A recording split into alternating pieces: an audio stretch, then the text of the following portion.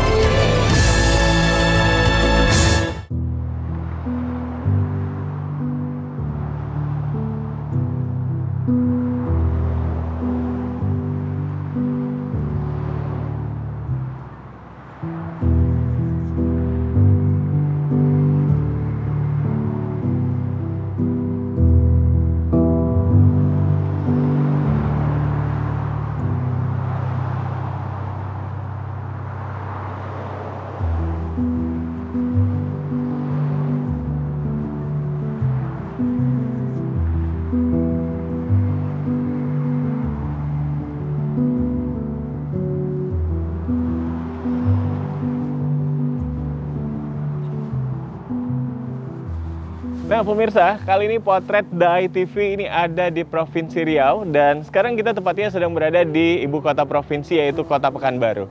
Nah di bumi lancang kuning ini Potret akan memulai perjalanan ya menelusuri berbagai keindahan alam, potensi pariwisata serta budaya yang ada di Provinsi Riau. Nah dari sini kita akan memulai perjalanan untuk menuju Kabupaten Kampar dan saya akan mengajak Anda pemirsa untuk melihat seperti apa berbagai potensi yang ada di tanah Melayu ini.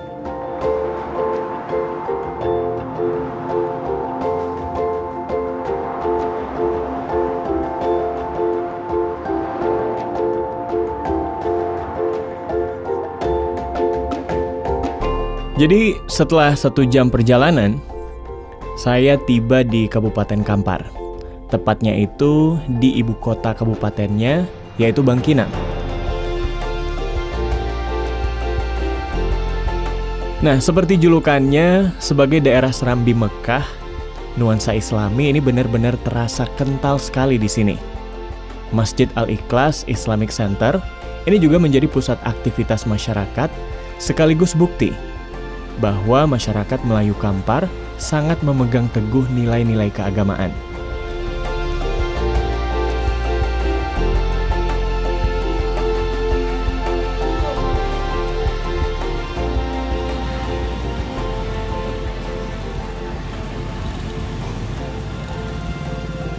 Nah, kemudian setelah saya berkeliling, saya lanjut menuju Desa Pulau Blimbing, Kecamatan Kuo.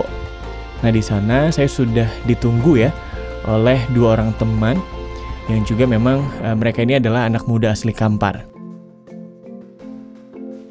Nah, pemirsa, saya sudah sampai di Kabupaten Kampar dan sekarang saya lagi di Desa Kuo ya. Di sini ada rumah tradisional Lontio dan saya juga udah ditungguin sama teman-teman. Katanya mereka mau ngajakin saya untuk cicipin kuliner tradisional yang ada di sini. Yuk. Halo. Halo, selamat datang Bang. Makasih banyak Ardo dan Bila. Nabila. Wah, senang ya rasanya ini sampai di Kampar langsung disambut oleh Nabila dan juga Ardo. Jadi nanti mudah-mudahan ini kita bisa traveling bareng lah ya. Oh, yo, boleh kita ke sana Bang? Ini ada. Halo, Mak. Halo Ibu. Mak siapa nih? Mak Murani. Mak Murani. Ya, Mak, ini lemangnya udah pada jadi atau gimana nih, Mak? Ini udah jadi, udah mau dimakan lagi. Oh, ada yang udah bisa langsung dimakan nih, Do? Udah, kita tinggal buka nanti langsung kita makan lagi, Bang. Oke, jadi teman-teman ini lemang yang ada di sini, ini lemang pulut pada umumnya atau gimana, Bila? Nah, ada dua jenis sih Bang. Yang pertama itu lemang pului sama lemang bidua. Nah, Ngomongnya harus gitu ya, lemang pului sama lemang bidua. Bidua. Kalau pulu itu berarti lemang pulut biasa. Dari ketan. Oke. Kalau lemang bidua itu bahannya dari tepung. Nah, apalagi mungkin yang membedakan lemang kita dengan lemang-lemang daerah lain, Bila? Yang membedakannya itu kita bisa makan dengan rendang, sari kayo, durian kalau musimnya. Wah, gitu. jadi ada banyak juga ya ternyata teman dari lemang ini kalau di sini. Tapi penasaran, kalau di sini Bila, Ardo, sebenarnya orang bikin lemang ini ada momen-momen tertentu kah atau ini memang sering bisa kita beli kapan aja? Ya benar Bang, ada momennya pada hari-hari besar, misalnya pesta pernikahan, hitanan anak, juga hari raya gitu. Wah, tapi berarti hari ini ada acara apa nih kita nih? Khusus buat Abang dong. Oke, terima kasih teman-teman. Nah, jadi untuk membuat lemang pulut dan juga lemang tepung bambu ini prosesnya sangat tradisional dan sederhana sekali pemirsa. Jadi bahan-bahannya pun seperti misalnya beras pulut, santan, kemudian untuk tempatnya itu ada daun pisang dan juga bambu. Ini semuanya diambil dari hasil bumi yang mereka tanam sendiri. Nah, kemudian setelah semua bahan-bahannya tadi udah tersedia, ini berasnya dimasukin ke dalam bambu ya, dimana bambunya tadi ini udah dikasih alas daun pisang. Nah, setelah ditutup, kemudian bambu yang sudah diisi pulut tadi, ini dibakar ya, menggunakan sabut kelapa dan juga batok kelapa, sisa tadi pembuatan santan. Nah, jadi semua bahan-bahannya tadi ini terpakai gitu ya. Nah, kemudian si lemang tadi atau si pulut tadi ini dibakar selama 2-3 jam sampai dia itu benar-benar matang secara merata. Nah, ngomong-ngomong Mananda, kalau Abang ingin lebih tahu tentang kebudayaan khas Kampar, Abang bisa datang nanti acara HUT Kampar. Kebetulan hari ini HUT Kampar, Bang. Wah, serius? Iya, serius, Hari Bang. ini? Iya. Nah, dari habis itu kita mau ajak Abang explore salah satu wisata alam yang ada di Kampar, yaitu Gulamo. Gulamo. Iya. Oke, air terjun. Menuju ke sana nanti kita masuk dulu pakai boot ya. Baik. Iya. Wah, kayaknya seru banget ya di sini ya. Seru dong. Oke. Berarti tapi kita harus ke acaranya ulang tahun Kampar dulu ya, habis itu bareng-bareng ya. baru ke Gulamo. Baru nanti kita ke Gulamo. Oke, sebelum kita pergi, kita coba ini dulu. Oh iya, oke. Lemangnya. Ini kita Oke. coba ya. Oke. Nah, ketika kita pelesiran ke satu wilayah di Indonesia ya, pastinya menikmati ragam kuliner khas lokal, ini tentu menjadi hal yang sangat istimewa. Jadi kita bisa merasakan kelezatan kudapan otentik yang memang ini dibuat dengan sepenuh hati biasanya. Jadi sederhana, namun ini adalah hal yang patut kita syukuri. Lebih enak ya jadinya mereka ya. Jadi Bila, Ardo kalau bilangin makanannya enak sekali, bahasa apa nih? Bahasa Ojunya apa? Lomak bonau. Oh, jadi ini pemirsa, lomak bonau.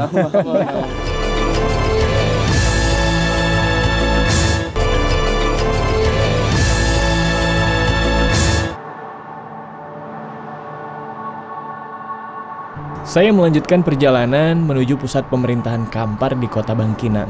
Nah, kedatangan saya ke sini ini bertepatan dengan hari jadinya Kabupaten Kampar. Wah, jadi saya sangat beruntung ya, ini bisa melihat secara langsung pesta adat rakyat terbesar nih katanya di Kabupaten Kampar ini. Oke, pemirsa, jadi acaranya ini adanya di Balai Adat ya yang ada di Kota Bangkinang ini. Yuk, kita saksikan.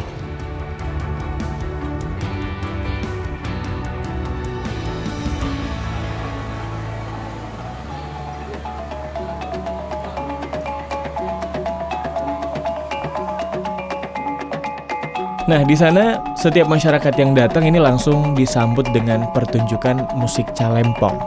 Jadi musik tradisional Kampar yang dibawakan oleh grup musik Acu Musa namanya. Nah, calempong ini adalah alat musik pukul yang terbuat dari logam dan terdiri dari 6 nada. Jadi ada 6 keping logam ya yang dijadikan sebagai satu kesatuan alat musik calempong. Nah, kemudian si calempong ini dipadukan juga dengan yang namanya ketapak atau gendang, serta oguong atau gong ini sebagai pengatur temponya. Ditambah dengan keyboard atau papan laras untuk menambah kaya irama musiknya sehingga bisa ngebuat kita tuh jadi terhibur gitu ya.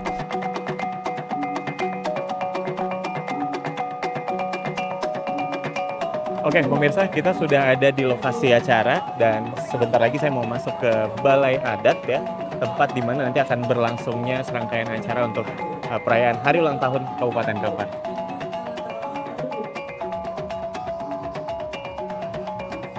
Nah, selanjutnya saya masuk ke gedung balai.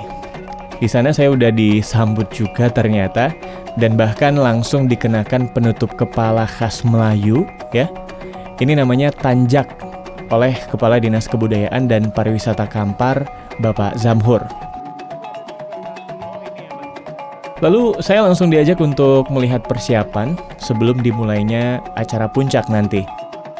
Nah, yang menarik, di sini tuh ada namanya makan bajambo atau makan bersama. Jadi masyarakat yang datang, ini mereka masing-masing membawa hidangan dari rumah dengan menu yang pastinya sangat beragam ya.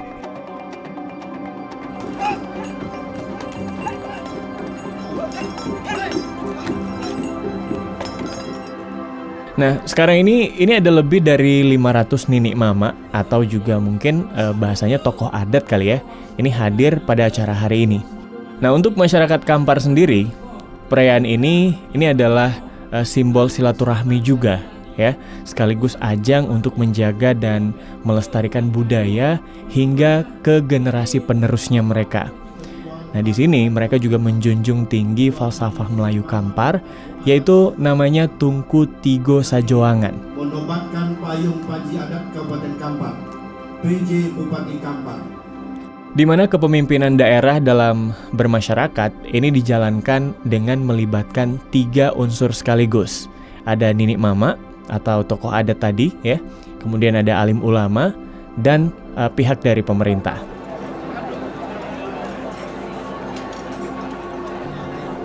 Nah, pemirsa, sekarang ini sudah waktunya kita makan bersama atau masyarakat di sini nyebutnya makan bajambo, ya. Jadi ini adalah puncak acaranya ya, itu ya. Nah, kita sekarang sedang menikmati berbagai kuliner khas tradisional yang ada di Kabupaten Kampar.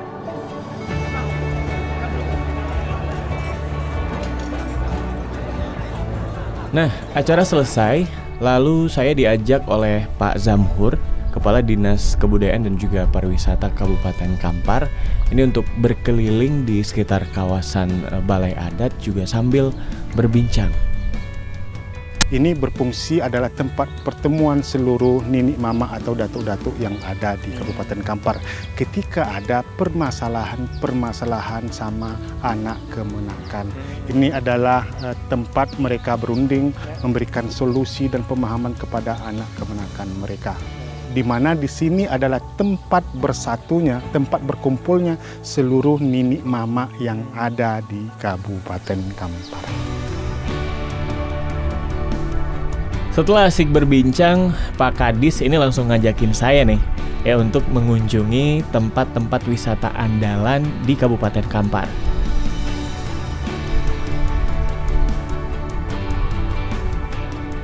Nah, jadi dari Balai Adat ini kita langsung menuju ke kawasan wisata namanya Ulu Kaso. Nah, waktu tempuhnya ini sekitar 40 menit dari Kota Bangkinang.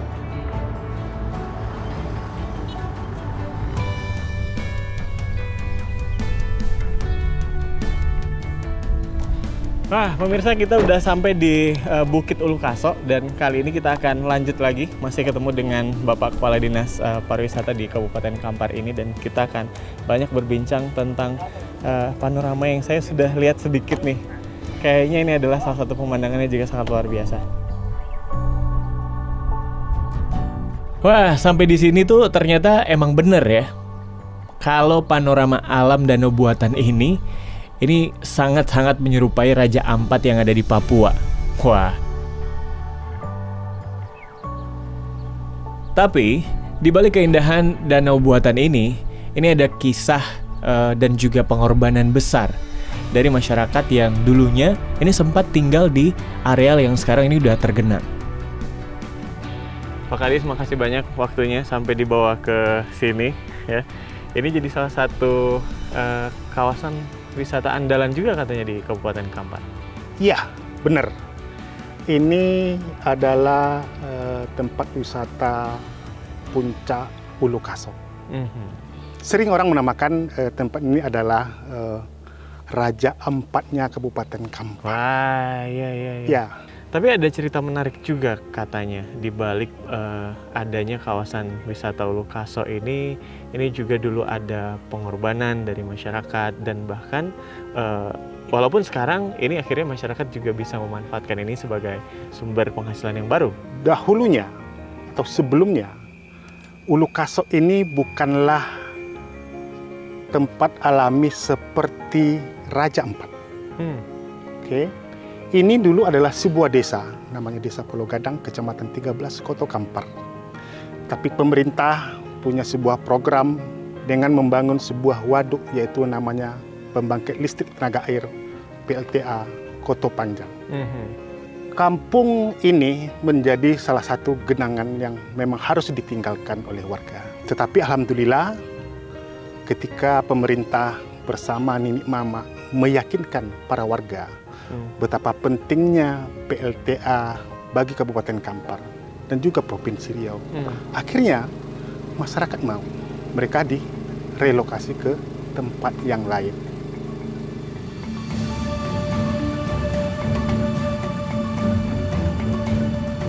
Oke, sebelum kita mengeksplor spot wisata lain, saya ingin mengunjungi PLTA Koto Panjang yang lokasinya ini ada di Desa Rantau Berangin, tidak jauh dari Ulu Kasok ini pemirsa. Saya ingin melihat lebih dekat, kira-kira seperti apa ya pembangkit listrik ramah lingkungan yang sudah beroperasi selama 27 tahun lebih ini.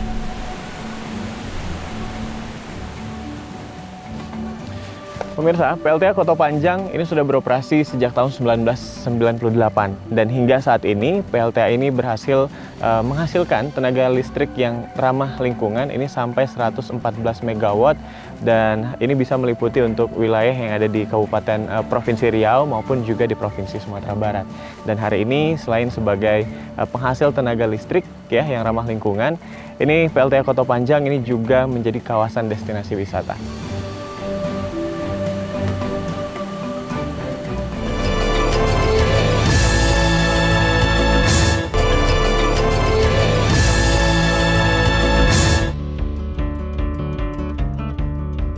Ya, petualangan yang sesungguhnya baru aja dimulai.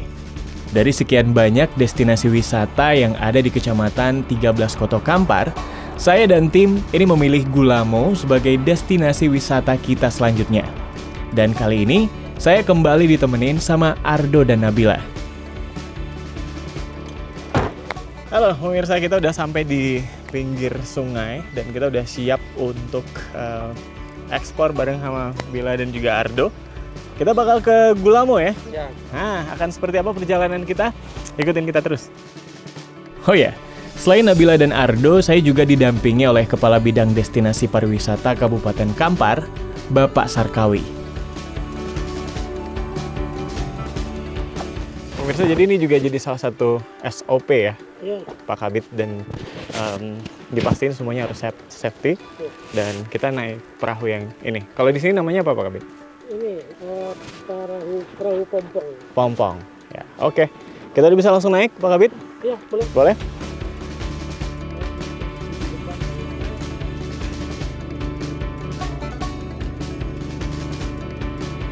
Jadi, selama kita menyusuri sungai dan juga danau buatan ini ya, ini kita akan dimanjakan dengan pemandangan danau buatan dan juga pulau-pulau kecilnya yang sangat indah, pemirsa.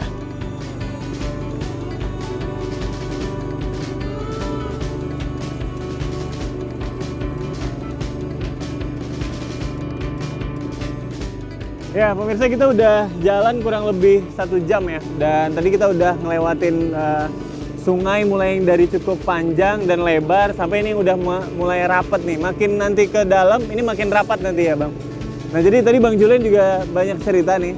Bang Julian ini adalah salah satu warga Pok Darwis yang ada di sini yang juga mulai dari awal ya merintis pariwisata untuk wisata di Gulamo ini. Nah, jadi Bang Julian bilang bahwa dari 2011 bahkan ini sebenarnya sudah mulai ramai yang datang, tapi sebatas hanya orang-orang yang punya hobi untuk mancing gitu. Nah, tapi sering berjalannya waktu tahun 2016 dan juga didukung dengan sosial media yang sudah mulai ramai begitu ya. 2016 jadi titik balik bagi Bang Julian dan 20 pegiat yang punya perahu ini, sehingga akhirnya sejak 2016 ini wisata Gulamo ini terus berkembang bahkan sampai hari ini ya. Ini masih sangat ramai sekali untuk dikunjungi oleh wisatawan. Nah, setelah ini kita akan lihat pemandangan yang sangat luar biasa. Ini katanya ini mirip seperti Green Canyon ya. Jadi kanan kirinya tebing yang cukup tinggi, bebatuan dan pemandangannya sangat indah pemirsa.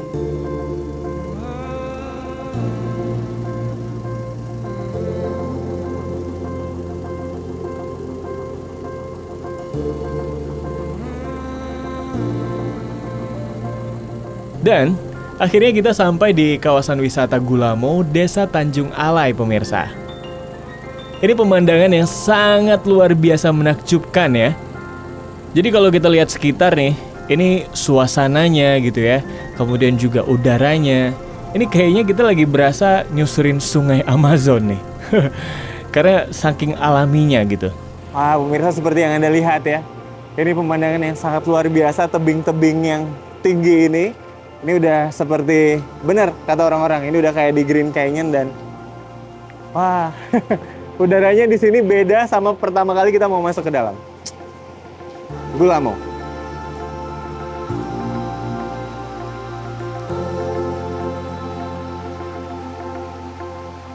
Nah, kemudian kita lanjut terus ke dalam ya, sampai akhirnya kita juga ketemu nih sama yang namanya air terjun Gulamo. Ini tingginya 12 meter, sebenarnya juga seru nih kayaknya untuk mandi-mandi di sini. Tapi kita masih jalan terus lagi sampai nanti kita ketemu bener-bener surga tersembunyi ya di Kabupaten Kampar ini.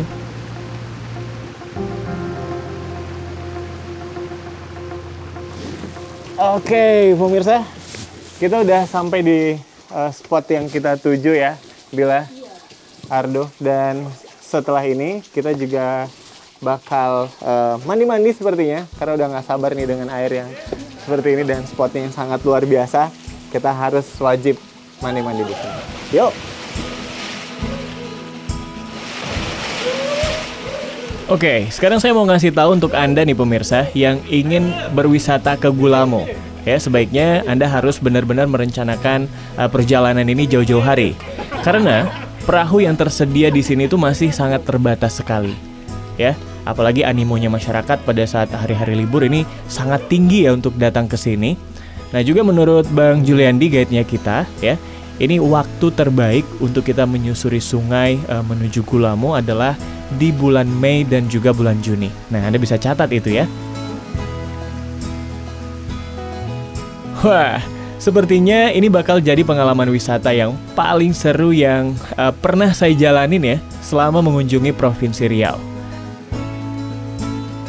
Satu kata untuk Gulamo, menakjubkan. Dan ini baru satu ya dari sekian banyak destinasi wisata yang ada di Kabupaten Kampar. Pastikan Anda terus ngikutin perjalanan potret menjelajah Kampar di episode selanjutnya.